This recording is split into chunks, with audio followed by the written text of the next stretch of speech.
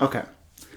It's been a while since I posted a video, and honestly, a huge part of the reason for that is just that, well, there haven't been a whole lot of ideas that I could think of that I thought would be interesting for a full video, except for some really big ideas that would require, well, a lot of time and money that I don't really have right now because it's been a busy year. So unfortunately, those are on the back burner. So it's crazy to me to think that the first video on my channel in almost a year is a video about how much I didn't like Zoey 102. I mean, if you told me a year ago that I was going to wait like 10 months to post a video, and then the video I posted was going to be a takedown of a reboot of a show that I grew up loving, I would have laughed at you, but here we are. So, okay, I think the way that I want to do this is start by just talking about the film itself, divorced from anything that has to do with behind-the-scenes drama, and then, well, we'll have to talk about the behind-the-scenes drama. So let's just jump into it. The thing that set Zoey 101 apart back in the early 2000s was that it wasn't really a comedy. Don't get me wrong, there were tons of jokes, but that wasn't the focus. 101 was basically Dan Schneider, We'll get to that, and Nickelodeon's attempt at a Degrassi-style show, and yes, Degrassi and Degrassi Next Gen aired on Teen Nick later on, but neither show was made by or originally aired on Nickelodeon. Until the release of Zoey 101, Nick basically made 3 types of shows: cartoons, sitcoms, and sci-fi fantasy shows. So it was a big deal when it aired that Zoey 101 had no laugh track and focused more on actual teen issues and character dynamics. Not saying it wasn't over the top or didn't have lots of goofy comedy, but it did focus on relationships and friendships in a serious manner. It was more of a hangout show. As it turned out, that was actually really, really well liked, and people had been waiting for a reunion for a while. So after they rebooted iCarly, started working on Good Burger 2, and rebooted several cartoons like Invader Zim and Rocko's Modern Life, and since they can't reboot Drake and Josh, they finally gave us a reunion movie for Zoey 101. And it's certainly one of the movies ever made. Look, it's not a terrible movie, and I don't want to give the impression that I think that it is super poorly made or anything like that. It's competently made, it's just that it's very cliche, and there are many just glaring flaws. It's not that it's one of the worst films ever made, it's simply that it's not very good as a film, and even worse, as a reunion for Zoey 101. For starters, only about half the cast is back, and look, if you know the reason why about half the cast is back, and we'll get to that in the next section, you know that could either go really well or really fall apart. And unfortunately here, I think it falls apart. Here's the thing. You can have only half the cast come back and make it work well as a reunion. You really can, because let's be honest, friends sometimes just drift apart. Sometimes your best friends don't have the money or the time to come to your wedding because they live far away. All sorts of very real things happen that impact who does and doesn't come to your wedding. So they could have done that well, but instead it functions rather clunkily, and I think part of that is that Nickelodeon, Paramount, and the cast of this movie really just don't want to address everything that happened behind the scenes of the original series that are the exact reasons why only half the cast came back. And so only one character even gets a mention. It's a passing mention. And so having no mention of those characters whatsoever, especially because they feel like they're stepping out of their own way to not have to address that, ends up kind of feeling like it's an omission intentionally in the text of the film, and that really makes it feel very clunky. So what about the characters that are here? It's a mixed bag. Zoey is pretty awful, not just because Jamie Lynn has never been a particularly good actress, and now is even worse since she hasn't really acted in like 15 years, but also because they clearly weren't sure how to write her. See, the movie has a really cliche plot that I think they only went with because they thought they needed to have Chase and Zoey be separated so they could do the will they won't they dance from the original show. Except, no, they didn't. They totally could have been a couple from the beginning of this movie, and fans would have been thrilled to see that. And because of this specific decision, they had to basically entirely rewrite the character of Zoey, so she's now this quirky, awkward, self-conscious hermit, which makes no sense for the character from the original show. And she's also made really unlikable. As for Chase, he's fine. I mean, the problem here is that they didn't really mature Chase whatsoever. They're still writing him like he's a 17-year-old. So sure, the characterization still feels like Chase, but it's a Chase who's now 34, being played by a 34-year-old man, behaving like he is 17 still. So he still gets the in the car. There's all these moments where he's making facial expressions that Chase would have made in the original show because he was an immature kid. But when a 34-year-old man does it, it's kind of creepy and cringe. As for the others, well, Quinn is pretty much perfect. They toned her character down a lot from how she was in Zoey 101, but this actually makes sense in this case. It actually serves as a benefit for the movie. People do lose some of their quirkiness and brashness as they grow up, and she does feel like the same character.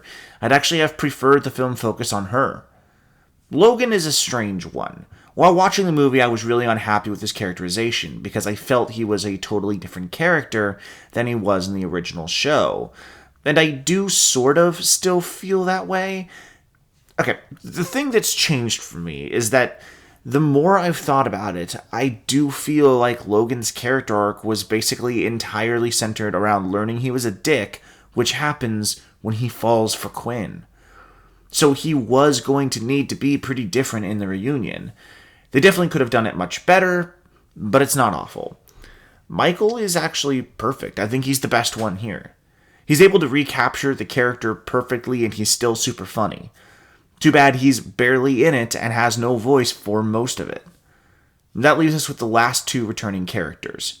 Now, I've watched other people's reactions and reviews to the movie, so I know that most people find Mark and Stacy annoying and frustrating in this movie, and I totally get it. I get why you would feel that way, and that's totally valid. But if I'm being honest, I kind of really liked them. Now, okay, I really liked Mark and Stacy in the original series as well. I think Mark is really funny here. He's got a couple of really funny lines, especially a line about sloppy seconds that he confidently gives to Logan. And in addition to that, I think that the actor is actually kind of funnier than most of the returning primary cast. As for Stacey Dilson, I just love the character of Stacey Dilson. I know she's annoying. I know a lot of people dislike her and disliked her in the original series, but I actually have always really liked her. I find the actress very funny. I like her in Zoey 101. I like her in her appearance in I Start a Fan War and iCarly. I like her in her appearance in Sam and Cat, even though I don't like Sam and Cat. I just love the character of Stacey Dilson. It reminds me of my childhood. And no, I don't think that she's especially funny as this character, but this character I find fun to watch. I also love the idea that these two are now true crime podcasters. I don't know why, but that actually makes total sense to me. That does lead to two of my least favorite moments in the entire film, which we'll get to later. Okay, so why am I so upset that this movie is just meh? Here's the thing. I actually think it could have been really, really good had it have had different writer and director attached to it, and here's the reason. Like I said, Zoey 101 was never really about the comedy. It was a comedy drama. As much as there was comedy, there was moments of heart and real conversations and exploring these characters and their journeys and the growth that they go through.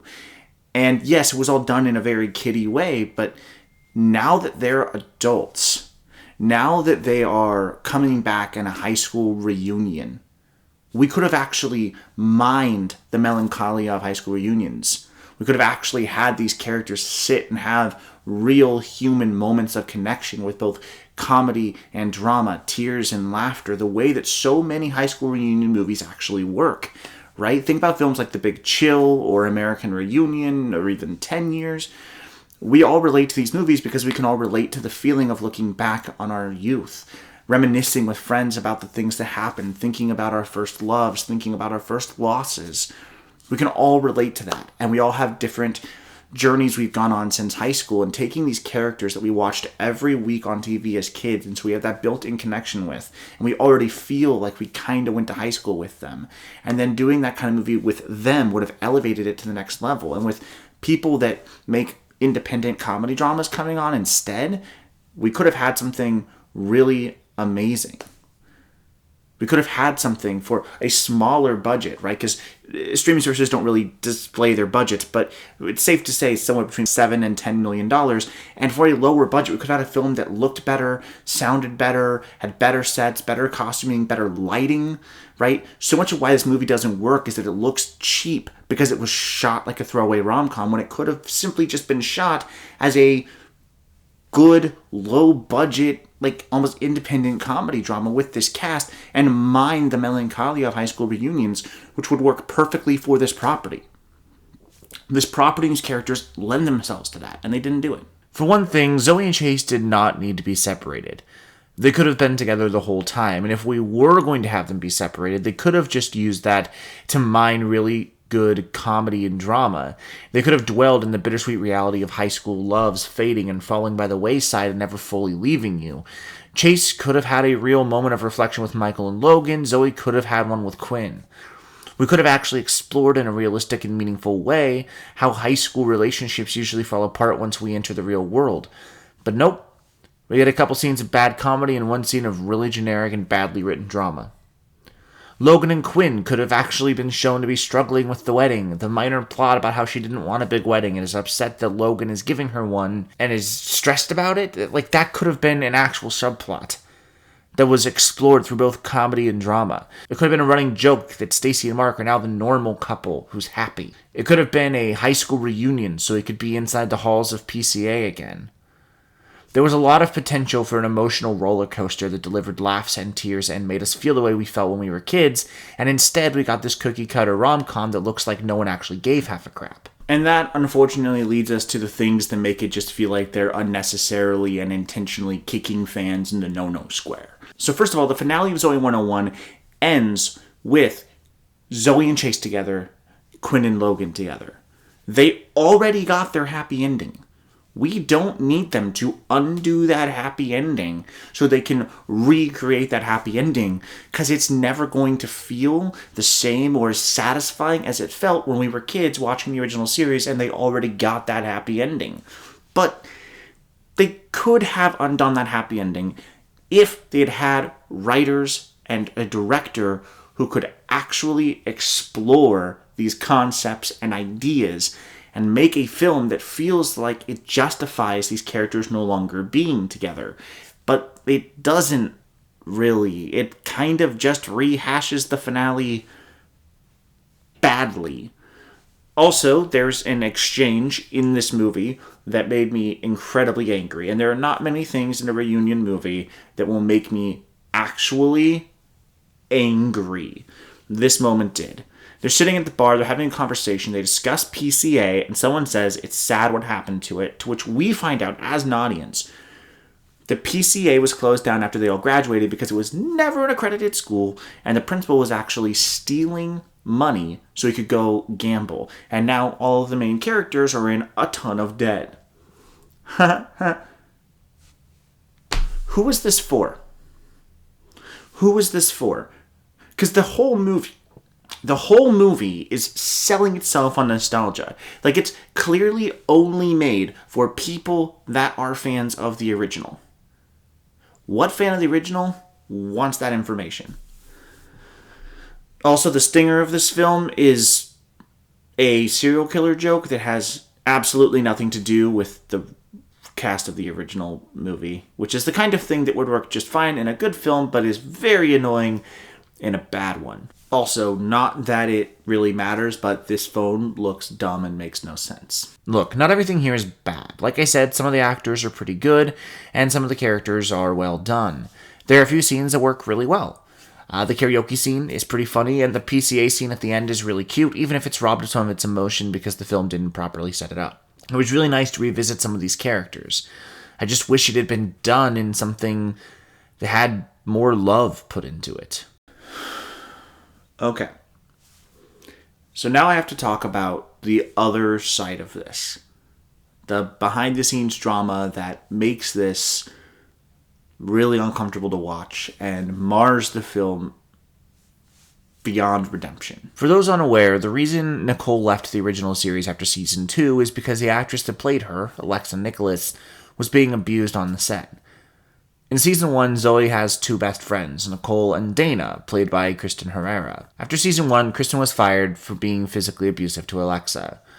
But that's actually only the beginning, because that physical abuse was at the behest of Jamie Lynn Spears, who was a bully and emotionally abusive to Alexa on set throughout the show. One incident involved Alexa being pushed into and hit with rocks.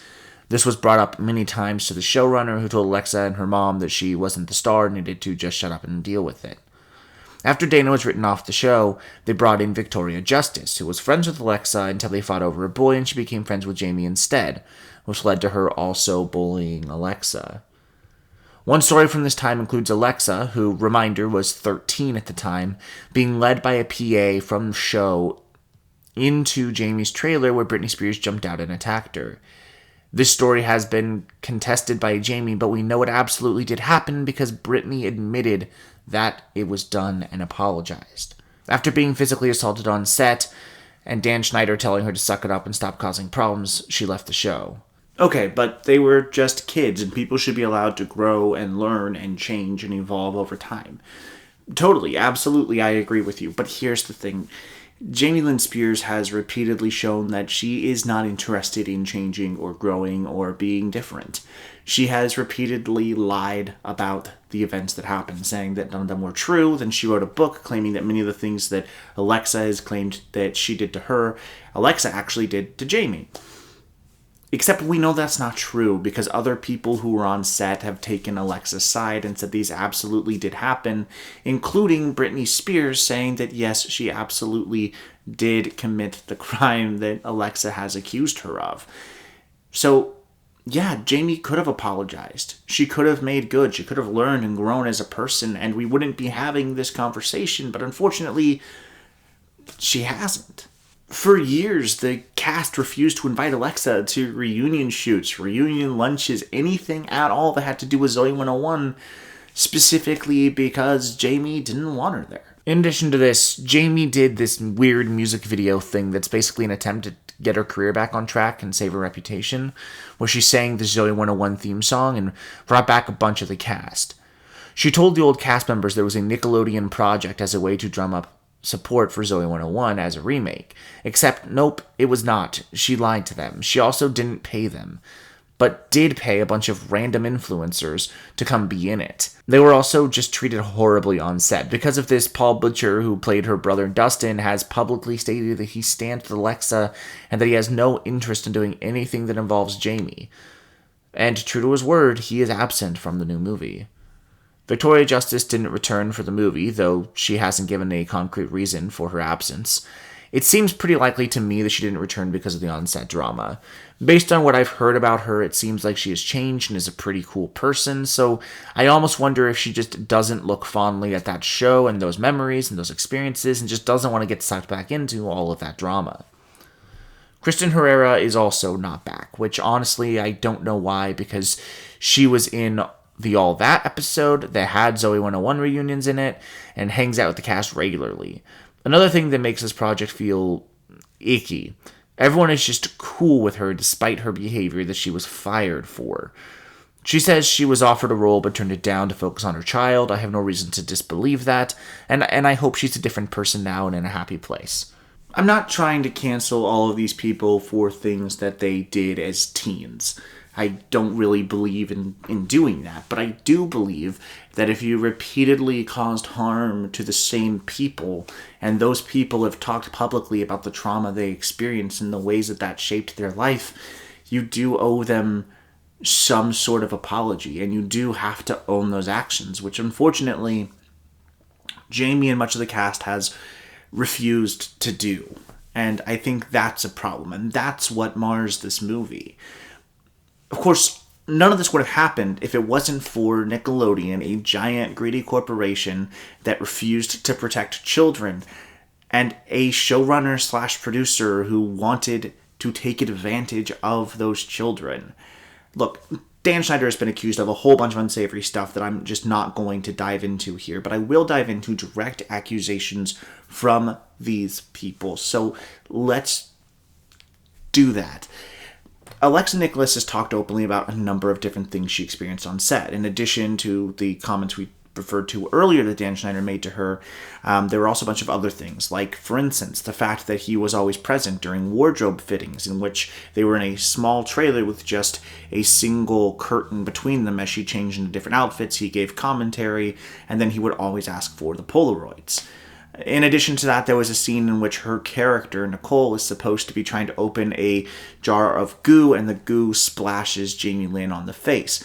But they wanted the goo to hit a certain way, so they put the goo in a syringe and then sprayed it on Jamie Lynn's face in a very specific way, to which all of the men and boys on set started laughing, and one of the men commented on it looking like something else. She was also asked to sign an NDA when she left Nickelodeon with a payout amount to keep her silent. We do know that Nickelodeon and Dan Schneider's lawyers absolutely do that, because in her book, I'm Glad My Mom Died, Jeanette McCurdy talks about the creator, who is Dan Schneider, several different allegations against him, and the fact that she was asked to sign an NDA prohibiting her from discussing her time at Nickelodeon if she accepted a large payout when Sam and Cat ended. Now, in her book, she also talks about Schneider being creepy and abusive on sets, forcing her to drink underage, and also a time in which he was so caustic and abusive on set that Nickelodeon stopped allowing him on sets, so they built him a little cave room on the Nickelodeon backlot where he could sit and eat Doritos and drink soda and watch the filming on monitors and then speak to the directors via walkie-talkies. With the iCarly reboot, they made the specific decision to distance themselves from anything Dan Schneider specific. The humor is different. The only child character, Millicent, is written and directed very differently from Dan's way of writing tween girls, and his name doesn't show in the opening credits at all.